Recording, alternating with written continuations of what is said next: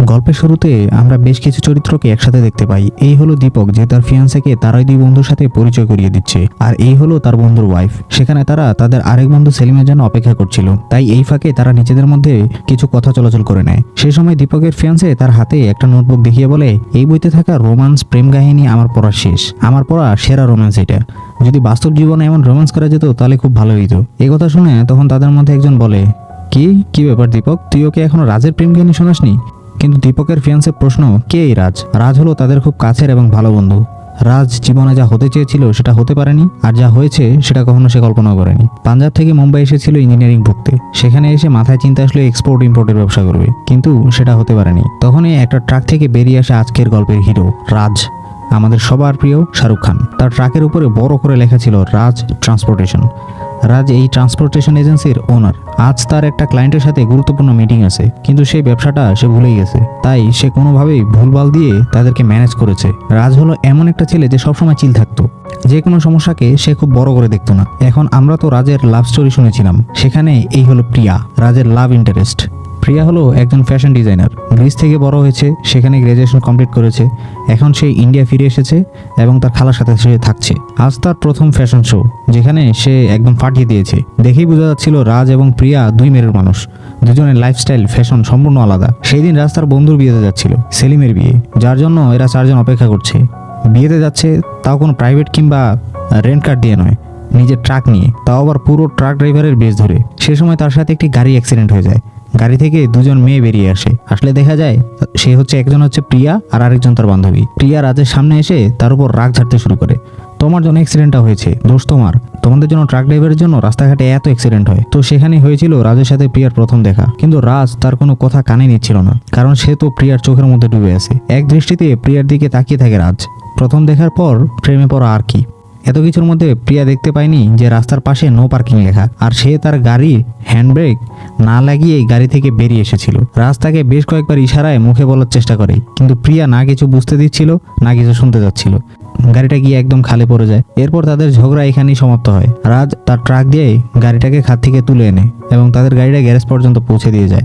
বিয়েতে গিয়েও সে প্রিয়াকে ভুলতে পারে না, সবসময় প্রিয়ার কথাই ভাবতে থাকে। এমনকি সে তার বন্ধুর কাছেও যায়, বলতে লাগে, জানিস না আজ আসার সময় একটা মেয়ের গাড়ির সাথে আমার ছোটোখাটো অ্যাক্সিডেন্ট হয়েছে, প্রথম দেখাতেই আমার মন চুরি করে নিয়েছে সে, জানি না কখন আবার দেখা হবে বা দেখা হবে কিনা আদৌ। কিন্তু তখনই হয়ে যায় একটা মিরাকেল। রাজ দেখতে পায় প্রিয়া এই বিয়েতে এসেছে। তখন সে কনেকে বলে, আরে এই তো সেই মেয়ে। তখন সে তাকে জানায়, আরে এ তো আমার ফ্রেন্ড প্রিয়া। প্রিয়া তখন স্টেজের দিকে আসছিল তাদেরকে গিফট দেওয়ার জন্য, তাই রাজ সেখান থেকে লুকিয়ে পড়ে।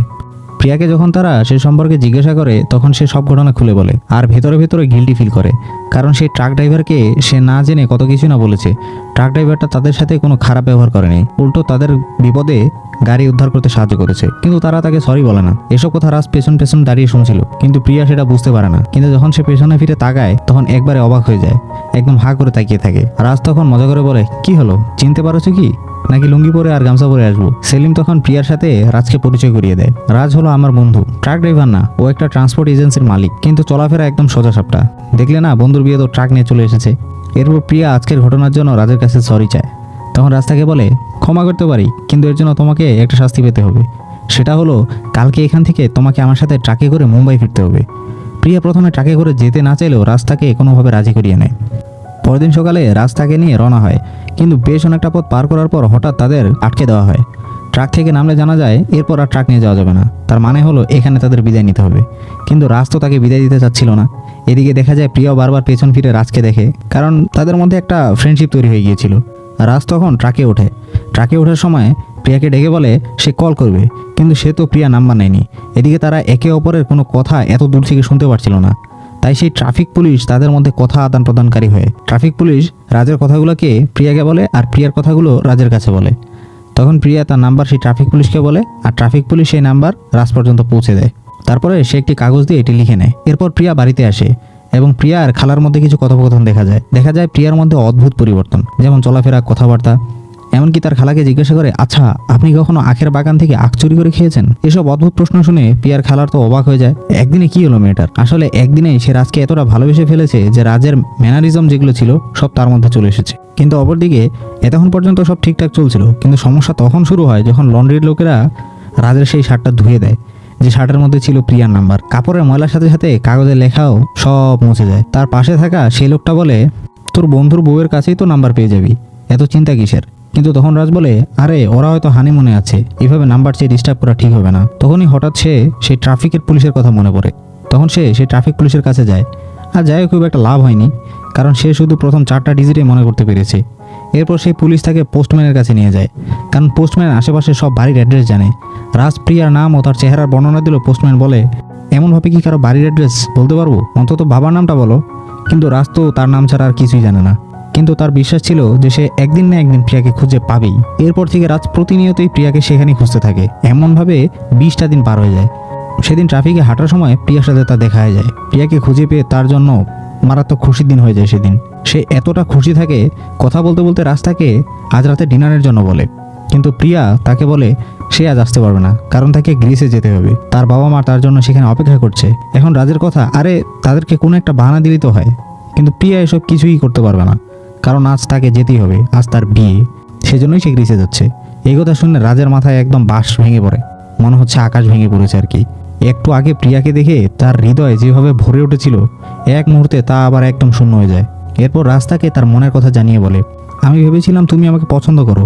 সেখানে প্রিয়া বলে, হ্যাঁ আমি তোমাকে পছন্দ করি। কিন্তু রাজের প্রশ্ন, তাহলে এই বিয়ে করার মানে কি? প্রিয়া এমন একটা মেয়ে যে তার কমিটমেন্টকে অনেক বেশি ফোকাস করে। সপ্তাহখানেক আগে তার বাবা তাকে বিয়ের ব্যাপারে জিজ্ঞাসা করে, সে সম্মতি জানিয়েছে, আর এই কমিটমেন্ট সে ভাঙতে পারবে না। আসলে গল্প বলার সুবিধার্থে আমি অনেক কিছু স্কিপ করেছি, কিন্তু এতটুকু জেনে রাখুন যে গত কয়েকটা দিনে তাদের মধ্যে বন্ধুত্ব অনেক বেশি গাঢ় হয়ে যায় এবং একে অপরকে পছন্দ করতে শুরু করেছিল। কিন্তু এখন যখন দুজনে একে অপরের মনের কথা জানতে পেরেছে, তখন প্রিয়ার আসলে কিচ্ছু করার নেই। সে বলে, বিভিন্ন জায়গা থেকে আত্মীয় স্বজন গ্রিসে তার বিয়ের জন্য আসছে। রাস্তাকে অনেক চেষ্টা করে বোঝায় যে একটা ছেলে যাকে সে চিনে না, জানে না, তা কীভাবে বিয়ে করবে, কীভাবে মেনে নেবে।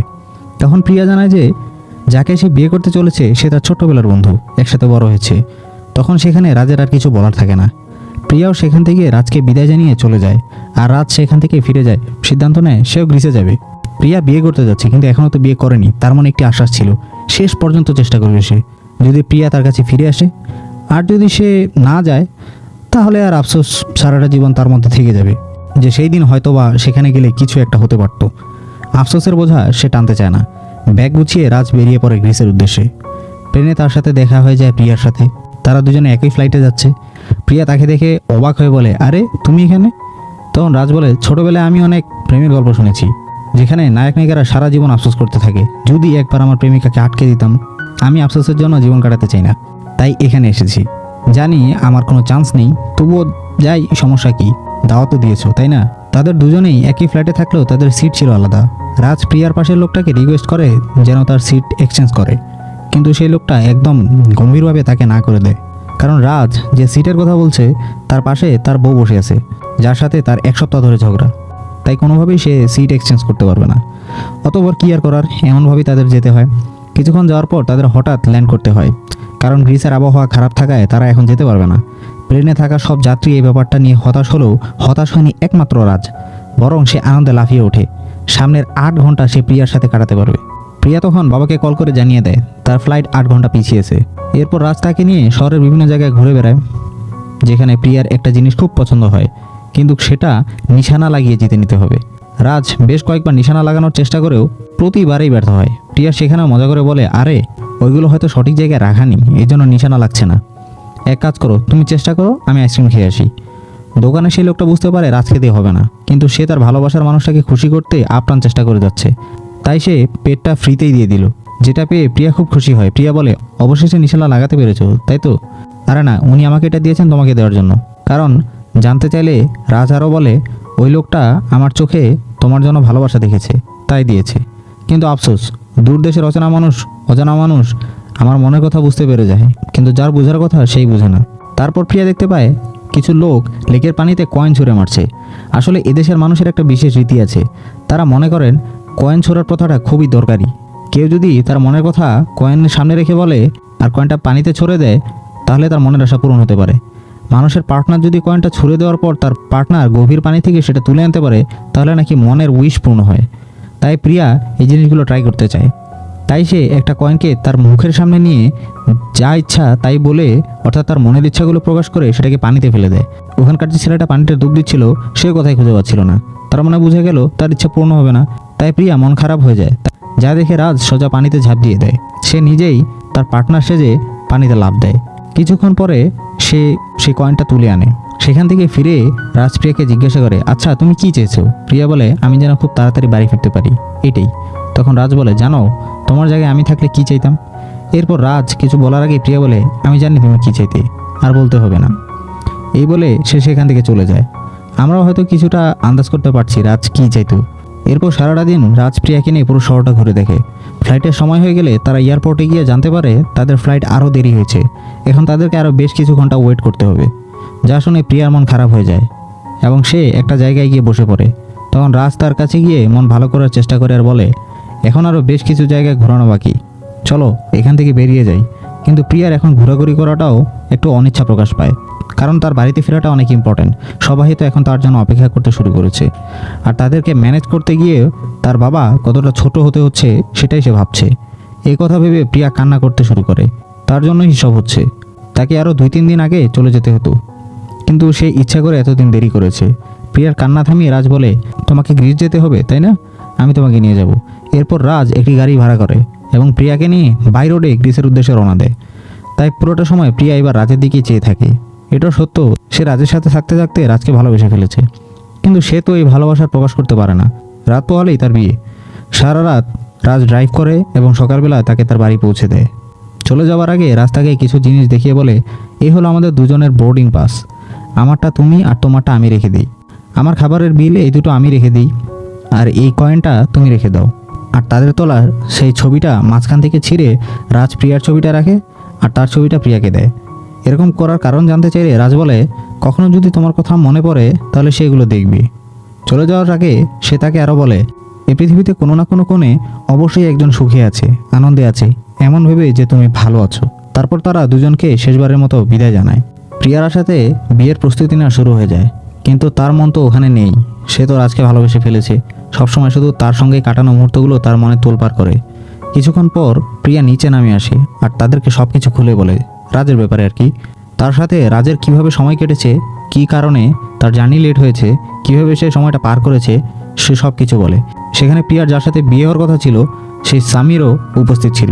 প্রিয়ার বাবা তো প্রথমে প্রিয়ার কোনো কথাই শুনছিল না, কিন্তু সামিরের বলাতে সে কিছুটা শান্ত হয়। সামির প্রিয়ার বাবাকে বোঝানোর চেষ্টা করে যে এমনভাবে জোর করে সে প্রিয়াকে বিয়ে করতে চায় না, কারণ করলেও সেখানে প্রিয়া সুখে থাকবে না। সামিরের কথায় সে রাজের সাথে দেখা করতে রাজি হয়, কিন্তু রাজ বোধহয় এতক্ষণে প্লেন ধরে ফেলেছে, ইন্ডিয়ার উদ্দেশ্যে রওনা দিয়েছে। কিন্তু প্রিয়া বলে, না, রাজ হয়তো এখানে আশেপাশে কোথাও আছে। যখন সে বাইরে গিয়ে এদিক ওদিক তাকাতে শুরু করে তখন সে দূরে একখানে দাঁড়িয়ে রাজকে দেখতে পায়। এটা দেখে সে তার কাছে ছুটে যায় এবং তাকে জড়িয়ে ধরে। শেষ পর্যন্ত রাজের জীবনে যে বড় আফসোসটা থাকার কথা ছিল সেটা কেটে গেছে। এরপর প্রিয়া রাজকে তার পরিবারের সাথে দেখা করায়, যেখানে সবাই তাকে খুব পছন্দ করে। কিছুদিনের মধ্যেই তাদের বিয়ে সম্পন্ন হয় এবং তারা ইন্ডিয়াতে ফিরে যায়, যেখানে রাজ নিজেই প্রিয়াকে হাতের কাছে রাখা মোমবাতি এবং আনুষঙ্গিক জিনিসপত্র নিয়ে বরণ করে নেয়। এরপর তারা বিছানায় দুজনকে ওয়াদা করে যে কখনও তারা একে অপরকে ছেড়ে যাবে না। এই হলো তাদের প্রেম কাহিনী, যে গল্প শুনে দীপকের ফিয়ান্সের কান্নায় চোখ ভিজে আসে।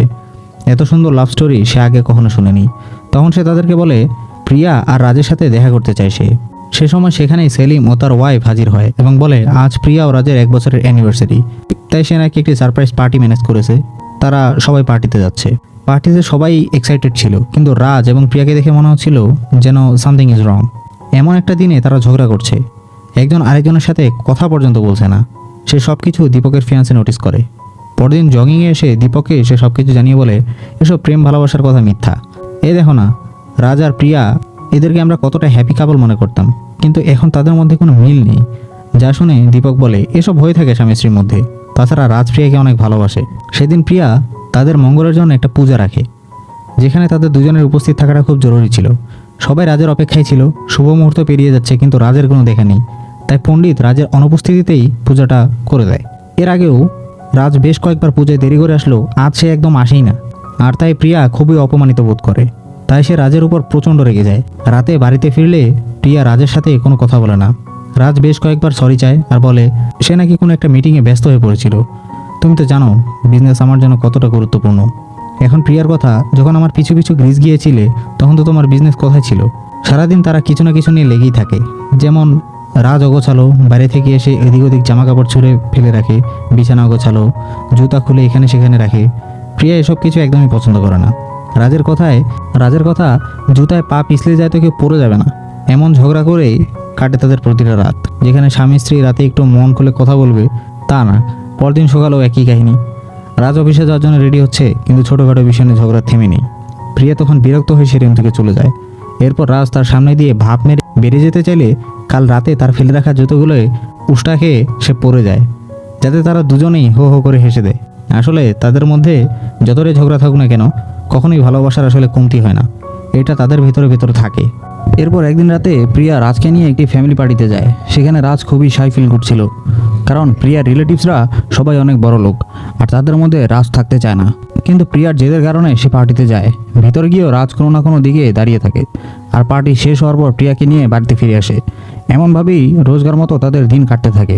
সেদিন প্রিয়ার খালা তার সাথে দেখা করতে ভেতরে ঢোকে এবং সে তাদের লাইফস্টাইল দেখে আফসোস করে, বলে কত ভালো ফিউচার হতে পারতো তোর, কিন্তু আজ তুই এখানে আসলি। প্রিয়ার পরিবার রাজকে তাদের জামাই হিসেবে নিতে বর্তমানে কিছুটা কষ্ট ফিল করে। এরপর সে তাদেরকে দুটো গ্রিসের টিকিট দিয়ে বলে কয়েকদিনের জন্য তারা যেন এখান থেকে ঘুরে আসে। রাজ রাতের বেলায় একদম জলি মুডে ঘরে প্রবেশ করে। সেখানে প্রিয়া তাকে দুটি খুশির খবর দেয়। প্রথমটা হলো, সে যে প্রেজেন্টেশনটা অস্ট্রেলিয়ায় একটা ফ্যাশন হাউসে পাঠিয়েছিল সেটা অ্যাপ্রুভ হয়েছে। সেটা শুনে রাজ অনেক খুশি হয়। এরপর সে তাকে টিকিট দিয়ে বলে আমরা গ্রিস ঘুরতে যাচ্ছি। রাজ তখন মজা করে জিজ্ঞাসা করে, কি ব্যাপার, লটারি লেগেছে নাকি? তখন প্রিয়া জানায় তাদের খালা এই সারপ্রাইজ গিফটটা তাকে দিয়েছে। এমনিতেও তারা বিয়ের পর কোথাও ঘুরতে যায়নি, কিন্তু প্রিয়ার খালার কথা শুনতে রাজের মুখটা খারাপ হয়ে যায়, কারণ রাজ মনে মনে এগুলো পছন্দ করে না, এগুলো অপমান ফিল করে।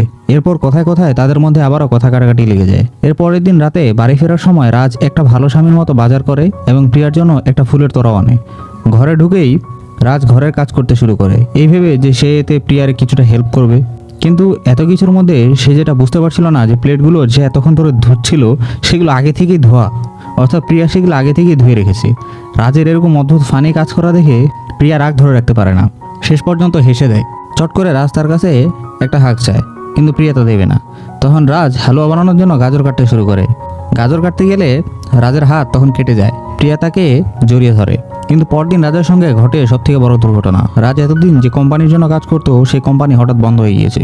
তাদের থেকে রাজ অনেক টাকা পাওনা ছিল, আর সেই টাকাগুলো সে ব্যাংক থেকে লোন নিয়ে ইনভেস্ট করেছিল। এখন সেই কোম্পানি বন্ধ হয়ে যাওয়াতে ব্যাংকও তাকে চাপ দিতে শুরু করে। অথরিটির সাথে দেখা করলে তারা জানায় আগামী 7 দিনের মধ্যে যদি 25 লাখ টাকা ফেরত না দেওয়া হয় তাহলে ব্যাংক তার সমস্ত সম্পত্তি জব্দ করে ফেলবে। এরকম কথা শোনার পর রাজের মাথায় একদম আকাশ ভেঙে পড়ে। কি করবে সে? এতগুলো টাকা কিভাবে জড়াবে সে? বাড়িতে ফিরে রাজ একা বারান্দায় দাঁড়িয়ে থাকে। প্রতিদিনের মতো আজ সে কোনো ঝগড়া করছে না। প্রিয়া রাজের কাছে এসে দাঁড়ালে দেখতে পায় রাজ কান্না করছে, কারণ জানতে চাইলে রাজ তাকে সব ঘটনা খুলে বলে। প্রিয়া তখন তাকে আশ্বাস দেয় যে তার বাবা কিছু না কিছু করবে, কিন্তু রাজ তাকে বারণ করে, বলে জীবনের প্রতিটি সিদ্ধান্ত নিজের ইচ্ছায় নিয়েছি, কাউকে কিছু জিজ্ঞাসা করিনি। জীবনের কঠিন মুহূর্তে সে সাহায্য ছাড়াই পার হবে। তখন প্রিয়া রাজকে জড়িয়ে ধরে বলে সে সবসময় তার পাশে থাকবে। কোম্পানির মালিকের সাথে দেখা করতে গেলে মালিক তাকে অপমান করে বের করে দিয়ে বলে তার কোম্পানি ডুবে গেছে, এখন সে কাউকে কোনো অনুদান দিতে পারবে না। কিন্তু রাজ তো এখন অনুদান চাইতে আসেনি, সে তো এসেছে তার হক চাইতে। তখন তারা তাকে কোর্টের রাস্তা দেখিয়ে বলে হক চাইতে গেলে কোর্টে যাও, এখানে না। এটাই রাজের শেষ রাস্তা ছিল, সেটাও বন্ধ হয়ে গেল। এখন তাদের কাছে একটা উপায় আছে, সেটা হলো ট্রাক বিক্রি করে লোন পরিশোধ করা। তারা এই ব্যাপার নিয়ে কথা বলছিল, তখন প্রিয়া এসে তাকে একটি 25 লাখ টাকার চেক দিয়ে বলে এই নাও, এই টাকাগুলো দিয়ে লোন পরিশোধ করে দাও। এই টাকাগুলো সে তার বাবা থেকে আনেনি, কিছুদিন আগে অস্ট্রেলিয়াতে যে ফ্যাশন হাউসে সে সিলেক্ট হয়েছিল তারা তার সাথে কাজ করতে চায়, এই টাকা তারা অ্যাডভান্স হিসেবেই দিয়েছে। তারপর সে সেই টাকাগুলো নিয়ে ব্যাংকের লোন পরিশোধ করে। এই খুশিতে রাজ তাদের বন্ধুদের নিয়ে একটা হোম পার্টির আয়োজন করে। সেখানে সে প্রিয়াকে খুশি করার জন্য সামিরকেও ডেকে নেয়, ওই যে যার সাথে প্রিয়ার বিয়ে হওয়ার কথা ছিল। এরপর সে প্রিয়াকে সামিরের সাথে কথা বলতে দিলে প্রিয়া অন্য রুমে চলে যায়, আর তাকে বলতে লাগে তুমি যে 25 লাখ টাকা আমাকে দিয়েছো সেটা যেন রাজ জানতে না পারে। কিন্তু রাজ তাদের মধ্যে হওয়া এই কথোপকথন দরজার ওপাশ থেকে শুনে নেয়, আর রাজ সব কিছু শুনতে পেরে হাঙ্গামা শুরু করে দেয়। এত কিছু হওয়ার পরও সে নিজের আত্মীয় স্বজনদের থেকে এ পর্যন্ত টাকা ধার চায়নি। প্রিয়ার তখন কথা শুনতে শুরু হয়। এরপর সামির তার সামনে আসে, কিন্তু সে সামিরের সামনেও প্রিয়াকে অপমান করতে শুরু করে। রাজের সন্দেহ সামির এতগুলো টাকা দিয়েছে কারণ সামির এখনও প্রিয়াকে পছন্দ করে, যেটা সে বলতে পারছে না। তাই এই নাটক। সামির বুঝতে পারে এটা তাদের দাম্পত্যের সমস্যা, তাই সে সেখান থেকে চলে যেতে চাইলে রাজ তাকে আটকে বলে তুমি কেন চলে যাবে? আমি চলে যাব, এক কাজ করো তোমরা বিয়ে করে নাও। রাজ তার উপর থেকে সম্পূর্ণ নিয়ন্ত্রণ হারিয়ে ফেলেছে। এই সব কিছু আর মেনে নিতে না পেরে প্রিয়া রাজের গালে একটা চর মারে। রাজ আজকে এতটা নিচে নেমে গেছে যে এরকমটা করা ছাড়া আর কোনো উপায় নেই। রাজের এরকম ব্যবহারে প্রিয়া অনেক কষ্ট পায়, তাই সে একগ্রাস অহংকার নিয়ে রাজের বাড়ি থেকে চলে যায় এবং তার খালার বাসায় চলে যায়। এরপর রাজ প্রতিটা মুহূর্তে প্রিয়ার কথা মনে করে। প্রিয়া না থাকায় সে তার অভাবটা বুঝতে পারে। এরপর আমরা দেখি প্রিয়া গ্রিস যাওয়ার উদ্দেশ্যে এয়ারপোর্টে যায়। এরপর রাজ তাকে নেওয়ার জন্য সেও এয়ারপোর্টে যায়। সে চিৎকার করে বলে প্রিয়া। প্রিয়া সেটি শুনতে পায়, কিন্তু ততক্ষণে অনেক দেরি হয়ে গিয়েছিল। এরপর আমরা দেখি প্লেনটি উড়ে যায়। রাজ এদিকে অনেক ব্যথিত হয়। এরপর থেকে রাজ প্রতিটা মুহূর্তে প্রিয়ার কথা মনে করে। প্রিয়ার না থাকায় সে তার অভাবটা বুঝতে পারে। রাতে যখন বাড়ি ফিরে আসে তখন তার জুতাগুলো ঘরের মধ্যেই ছড়িয়ে ছিটিয়ে ছিল। তখন হঠাৎ প্রিয়ার কণ্ঠ ভেসে আসে। সে চলেই যাচ্ছিল, কিন্তু তার দেওয়া সেই তাবিজটা তাকে আটকে রেখেছে। তারা তাদের জীবনে অনেক স্বপ্ন দেখেছে, কিন্তু একসাথে না থাকলে এই স্বপ্নগুলো কীভাবে পূর্ণ হবে। তাই তো প্রিয়া সেই স্বপ্নগুলো পূরণ করতেই ফিরে এসেছে। এখানেই রাজ প্রিয়াকে শক্ত করে জড়িয়ে ধরে, কিন্তু এরপরে তাদের মধ্যে আবারও ঝগড়া শুরু হয়ে যায়, কারণ রাজ তার জুতাগুলো ঠিক করে রাখেনি। আসলে কেউ একজন বলেছিল যেখানে ঝগড়া নেই সেখানে ভালোবাসাও নেই, আর রাজ ও প্রিয়ার ভালোবাসার বহিঃপ্রকাশই হলো এই ঝগড়া। আর এখানেই আজকে আমাদের গল্পের শেষ।